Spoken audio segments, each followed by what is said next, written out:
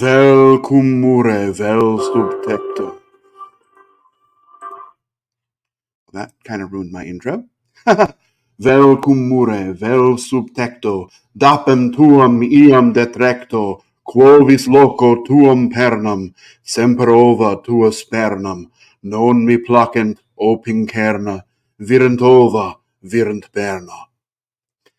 That's me doing my best impression at a Latin magic spell, but actually, it's just green eggs and ham.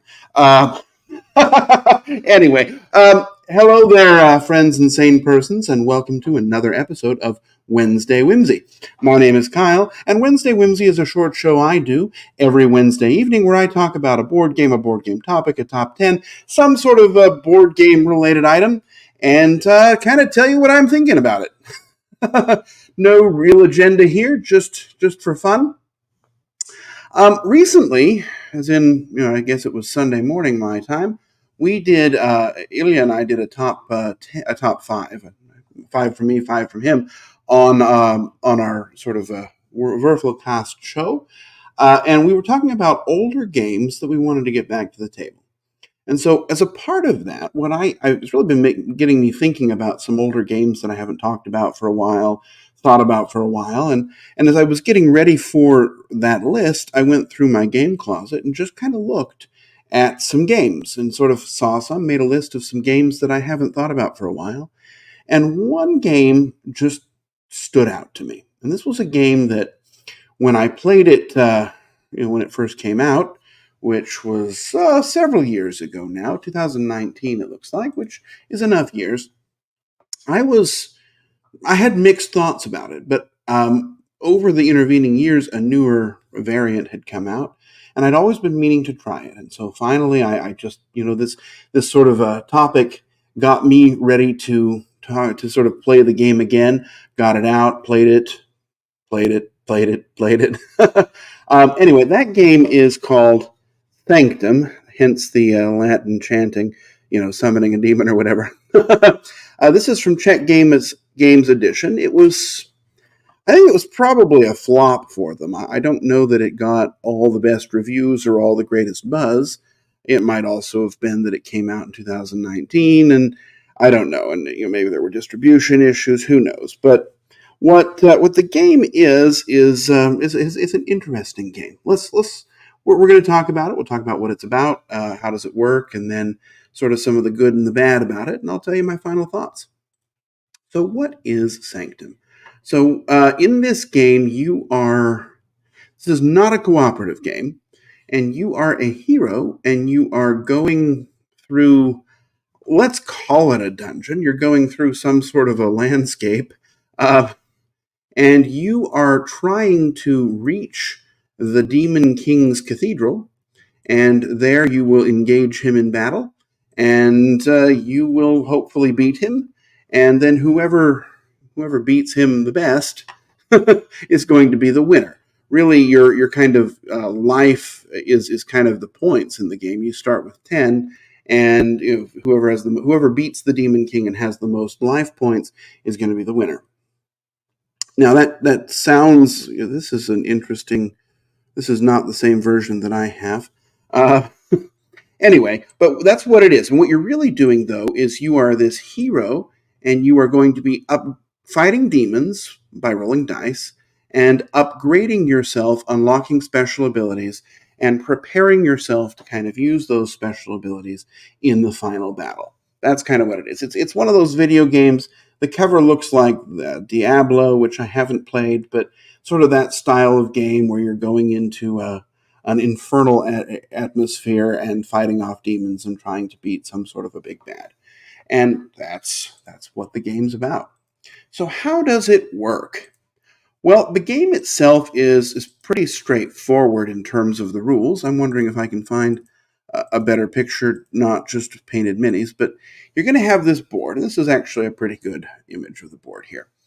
And on your turn, you're either going to move, you're going to fight, or you're going to rest. And then it's going to be someone else's turn. So when you move, you're going to take your piece and you're going to place it in front of the line. So, if they were playing with 4 players and these 3 were full, or 4 were full, I would jump all the way to the front. Then you're going to see what symbols are there, and that's going to tell you which demons to add. There's 2 decks of demons, or 3 decks of demons with varying difficulty, level 1, level 2, and level 3. And you're going to add a pair or a single demon that matches those symbols. And then you're going to choose from one of the groupings that's out on the board, and you're going to take it and put it on in your demon area on your own player board, which is like this. You're going to have this demon area here. And then and that doesn't do anything to you. It just gives you some demons that are going to be dealing with you, or you're going to deal with them. And that would be your movement turn. If instead you did a rest turn, you're going to clear these red and blue tokens are going to come out on various spots on your player board, and you're going to clear them all out. You can equip items if you happen to have any items. We'll talk about that in a minute. And you can sort of rearrange some stuff, and then you can also buy potions, which help you clear off action spots later on as well. And then the third thing, kind of the main thrust of the game, is you're going to fight the demons. And so you're going to have a series of the demons here, and they're going to have a die value on them. Level 1 will have 1 die value. Level 2 will have 2 different die values, or do the same, or 2 die values, and a level 3 will have 3 die values. You have a number of dice that are yours. You're going to roll those dice, and you're going to assign them if you hit exactly what the demon had on it. I'm wondering if I can find a picture of a demon. I saw a whole bunch earlier. If you hit exactly what the demon had on it, then you're going to defeat the demon. And if not, you're going to be damaged by the demon. Let's go back here. Here's a demon, for example. We have here this demon. It would need me to roll a 3, a 5, and a 5. If I'm successful, it dies. If I'm not successful, it's going to do me 4 damage. This demon also shows me that it has a helmet on the other side, and it's worth a value of 3 for my upgrade purposes. So if you're successful, you kill the demon, and you get to flip it over and see what amazing upgrade is on the other side. If you are unsuccessful, then the demon does you damage, and that's where you're going to use these red and blue tokens that you have on your board. You're going to assign them to different abilities. So, for example, let's say the demon needed a 3 and a 5, and I rolled a 2 and a 6. Well, I can use these die abilities. Like if I put a blue token on this spot here, I can increase or decrease one of my die values by 2, or by 2 again. So there's going to be ways to manipulate the dice. Sometimes they'll be set a die to a certain value. You also have this rage token, which is a wild value. You can set any die to any value, but then it's used up, and it's only reset if you have dice left over that you're not able to use, and demons you could have signed, basically if you miss. And then if you need to block, if the demon does you damage, you're going to use usually the reds, but sometimes they're different colors, and you're going to cover up these shield icons to absorb damage. And so you're using these resources, I think they're strength and focus or something. They have some names, but red and blue tokens to sort of use these abilities. And then as you get this gear, you're going to be able to have more actions that are available to you. Oops, and so, for example, you can see this character here has already upgraded, so it has a better weapon. So this one has, minus reduce the die value by any number, or set a die to a 6, or better blocking, or whatever it happens to be. And then when it's so that's how you use the equipment. You have to use a rest action to do it. But the other thing you're going to do is you have these abilities over here. And so let's say I killed that green level 3 demon. That means I can move 3 green cubes, a total of 3 spaces. And so when they're going to move, so there's a bottom level, a middle level, and a top level, and then they're going to come off the top and be available to use. So if I had a 3 green, I could move one of these green tokens that's on this card here. I could move it 1, 2, 3, and then it would be available to me. And if ever there are no tokens left on a card or token tile, then you get that token. You unlock that ability. It's yours for the rest of the game. So there's this interesting upgrade, and you have a choice. You can upgrade the top ones first because those are going to be cheaper, or you can sort of unlock the bottom ones. You can see what they do. It's never a surprise. So you have a lot of choice in how you're going to upgrade things. You then use these gems. You'll see that the different weapons that you have, the gear, has a gem cost. And so, for example, if I want to equip this red thing here, I'd need to put 2 red discs or red tokens on it. And so you're going to be doing that. You're going to go through several rounds of doing this, doing either a move, an attack, or a rest action until someone gets up to the final board. And the number of boards will vary based upon the number of players. But when you're there, there's going to be one last kind of round of demons. And then at such time that you have no demons left on your board, you can essentially enter the cathedral and challenge the Demon King. And then all other players have a chance to sort of catch up. And if they take long, if they come right away, they're going to be kind of at the same level as you. If they come later, they're going to have to face more bad cards. When you're all there, the final battle begins. You reveal these cards that you're putting out, and they all have some sort of a random negative effect. You can choose either to suffer the penalty, whatever it may be. It might be, block off one of your ability spaces. It might be suffer 2 extra wounds this round. It might be waste a potion, whatever it might be. Or you can take 1 damage, and so you've got to decide that. And then you're going to set up a row of 5 attack cards. These cards you'll see here have a pair of numbers, or sometimes 3. And you're going to set up a row of them, and you're going to have to go through them in sort of a repeating fight round that just keeps going and going. And, if you're able to knock out all of the cards in your row over the course of a couple of rounds, then you'll beat the Demon King. If your health is reduced to 0, well, then you do not beat the Demon King. And that's kind of it. At the end, if everyone loses, then there's I think it's whoever unlocked the most skills is the winner. I don't remember the tiebreakers. If everyone beat the Demon King, then whoever has the most remaining health is a winner.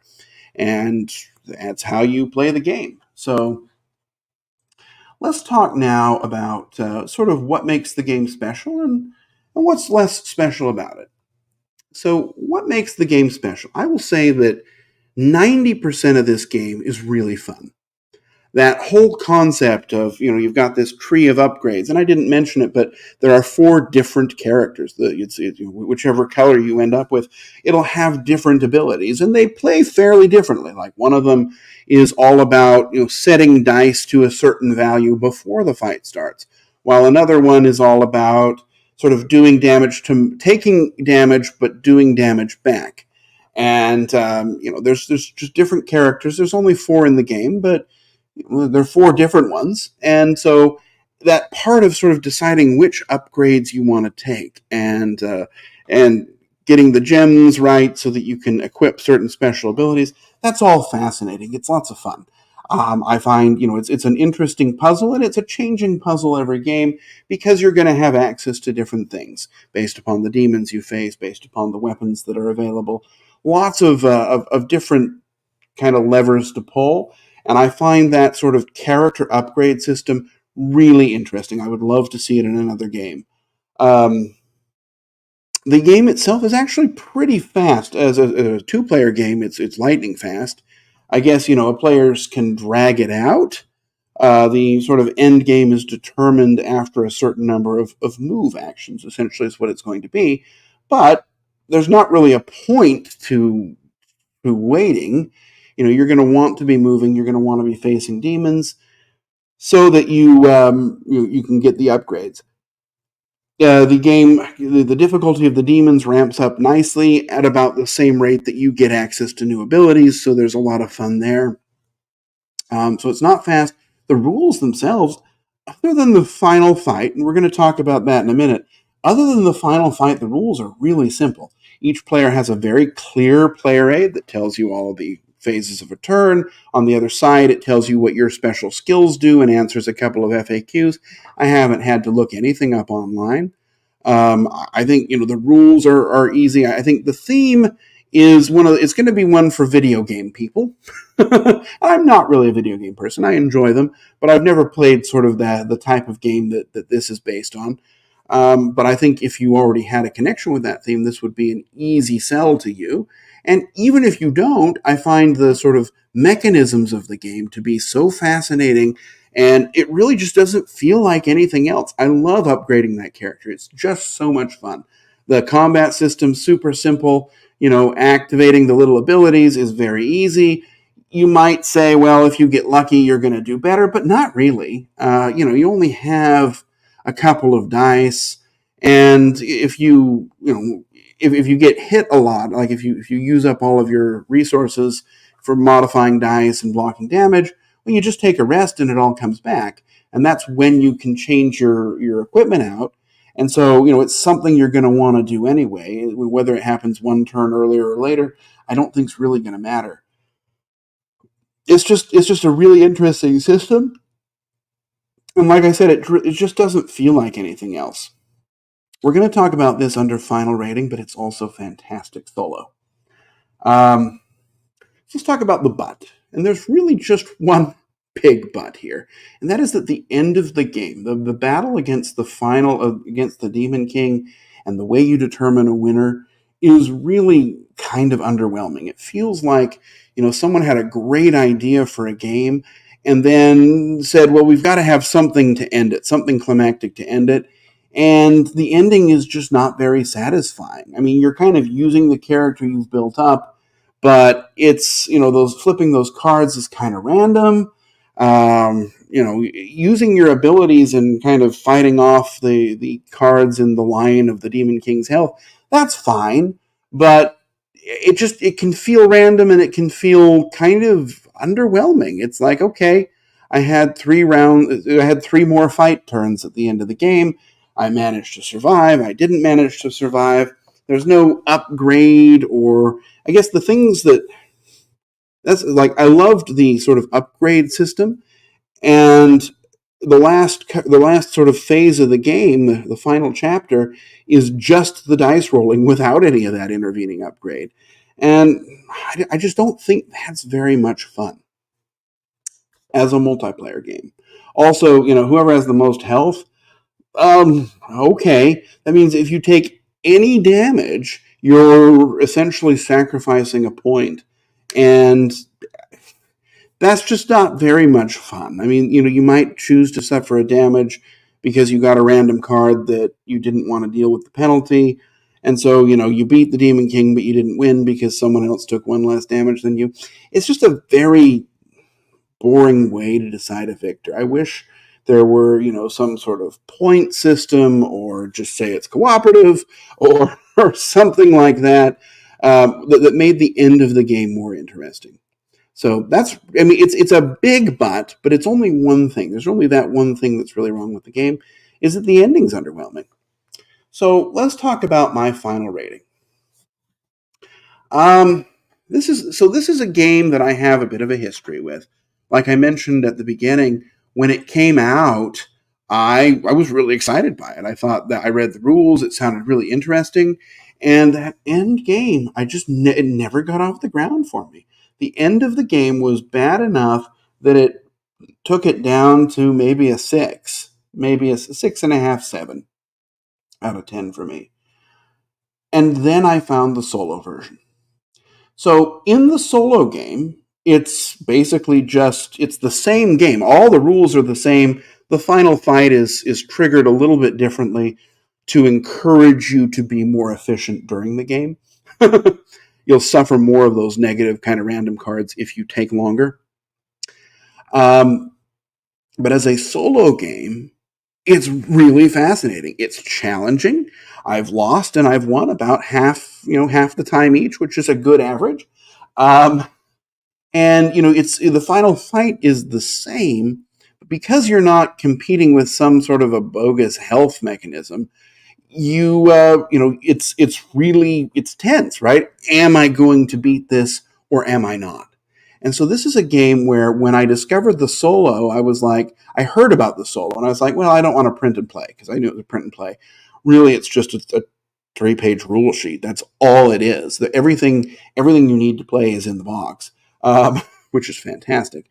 And I found the solo to be so captivating that it has elevated this game. And this game is a 9 for me. This game, 9 out of 10. I will play this game solo all the time because it is easy to set up. The rules are not complicated. There's no sort of an automa player that I have to spend half the game managing its turns. It is, make smart decisions, be efficient, roll dice, and use my abilities, of course. Try and compete for these. I didn't mention these in the overview, but there are these achievements you're trying to get, and they help you a lot in the final battle if you get them.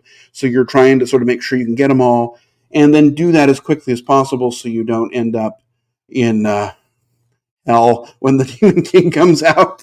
Because those bad cards can be really bad.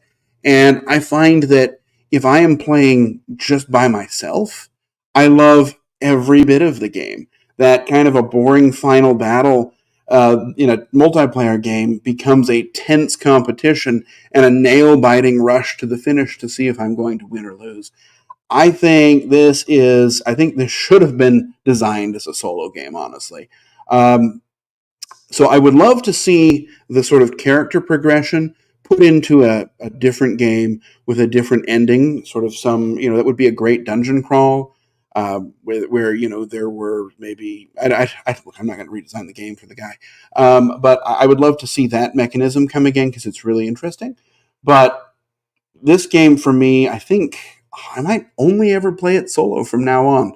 Okay, look, maybe at 2, we could play and just see how it worked, but it's so much better solo. So I don't know who this game is for, honestly. I mentioned that the theme is video gamey and might excite people who like video games about things like this.